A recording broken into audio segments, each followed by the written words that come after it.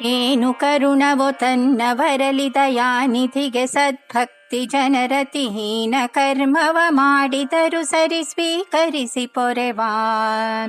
ಪ್ರಾಣಹಿಂಸಕ ಲುಬ್ಧಕಗೆ ಸುಜ್ಞಾನ policy ತನ್ನ ಮಹಿಮೆ ಪುರಾಣ ರೂಪದಿ ಪೇಳಿಸಿದ ರಘುಸೂನು ಸುಚರಿತ್ರ. ಗೋವಿಂದ ಗೋವಿಂದ ಪುರಂದರ ವಂದೇ ಸ್ಕಂದ ಸನಂದನ ವಂದಿತ ಪಾದ. ವಿಷ್ಣು ಸೃಜಿಷ್ಣು ಗೃಸಿಷ್ಣು ವಿವಂದೇ ಕೃಷ್ಣ ಸದುಷ್ಣವಧಿಷ್ಣ ಸುದೃಷ್ಣೋ. ದಾಸವರ್ಯಂ ದಯಾಯುಕ್ತಂ ದೂರೀಕೃತ ದುರಾಶಿಷಂ ಹರಿಕಥಾಮೃತ ಸಾರವಕ್ತಾರಂ ಜಗನ್ನಾಥ ಗುರುಂ ಭಜೆ. ಶ್ರೀ ಹರಿಕಥಾಮೃತ ಸಾರ ಸಕಲ ದುರಿತ ನಿವಾರಣಾ ಸಂಧಿ ಪದ್ಯ 31. ಏನು ಕರುಣವೋ ತನ್ನವರ ದಯಾನಿಧಿಗೆ ಸದ್ಭಕ್ತ ಜನರತಿ ಎಂಬ ಈ ಪದ್ಯದಲ್ಲಿ ಶ್ರೀ ಜಗನ್ನಾಥದಾಸಾರ್ಯರು ಪರಮ ಕರುಣಾಶಾಲಿಯಾದ ಶ್ರೀ ಪರಮಾತ್ಮನು ತನ್ನ ಭಗವದ್ಭಕ್ತರು ಹೀನ ಕರ್ಮಗಳನ್ನು ಮಾಡಿದರೂ ಸರಿ ಅದನ್ನು ಸ್ವೀಕರಿಸಿ ಅವರನ್ನು ಸಲಹುವನೆಂದು ವಾಲ್ಮೀಕಿ ಋಷಿಗಳ ದೃಷ್ಟಾಂತದಿಂದ ವಿವರಿಸುತ್ತಾರೆ.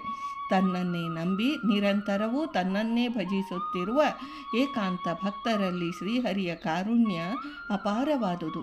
ಆ ದಯಾಸಾಗರನಿಗೆ ತನ್ನ ಭಕ್ತರಲ್ಲಿ ಅದೆಷ್ಟು ಕರುಣಮೋ ಎಂದಿದ್ದಾರೆ.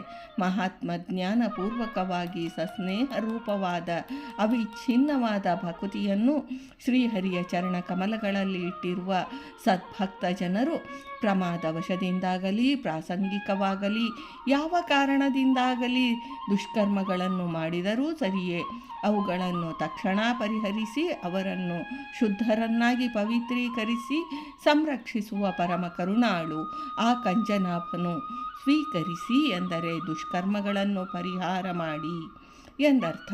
ಸರ್ವತಂತ್ರ ಸ್ವತಂತ್ರನಾದ ಸರ್ವೇಶ್ವರನು ಪಾಪ ಪರಿಹಾರಕತ್ವ ಗುಣವನ್ನು ಪ್ರದರ್ಶಿಸಿ ತದ್ವಾರ ದೋಷದೂರರನ್ನಾಗಿ ಸ್ವಭಕ್ತರನ್ನು ಮಾಡುವನು ಎಂದರ್ಥ.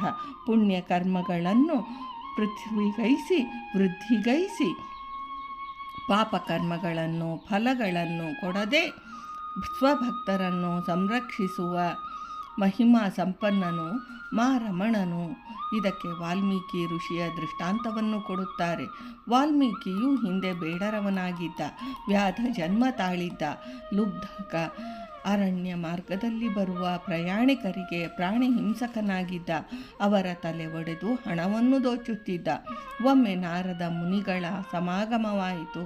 ಆ ವ್ಯಾಧನಿಗೆ ಪ್ರಾಣಿ ಹಿಂಸಕನೂ ಕ್ರೂರಿಯೂ ಆಗಿದ್ದ ಆ ಲುಬ್ಧಕನಿಗೆ ರಾಮ ತಾರಕೋಪದೇಶವನ್ನು ಮಾಡಿದರು.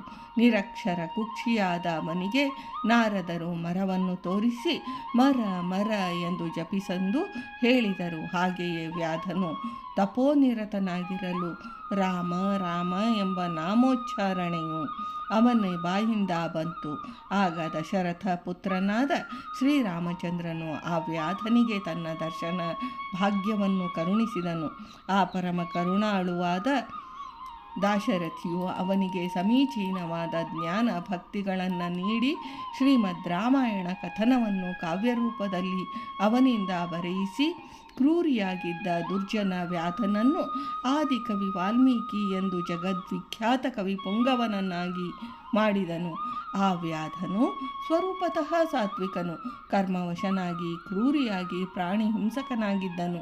ಆತನನ್ನು ಉದ್ಧರಿಸಲೋಸುಗ ನಾರದ ಮಹಾಮುನಿಗಳನ್ನು ಕಳುಹಿಸಿ ಅವರ ದ್ವಾರ ತತ್ವೋಪದೇಶ ಮಾಡಿಸಿ ಅವನ ಸಮಸ್ತ ಪಾಪಕರ್ಮಗಳನ್ನು ಪರಿಹರಿಸಿ ಉದ್ಧರಿಸಿದ ಪ್ರಸಂಗ ವಿಶೇಷವನ್ನು ಈ ಸುಂದರ ದೃಷ್ಟಾಂತದಿಂದ ವಿವರಿಸುತ್ತಾರೆ. ಭಾರತೀ ರಮಣ ಮುಖ್ಯ ಪ್ರಾಣಾಂತರ್ಗತ ವೃಂದಾವನ ವಿಹಾರಿ ಶ್ರೀಕೃಷ್ಣಾರ್ಪಣಮಸ್ತು.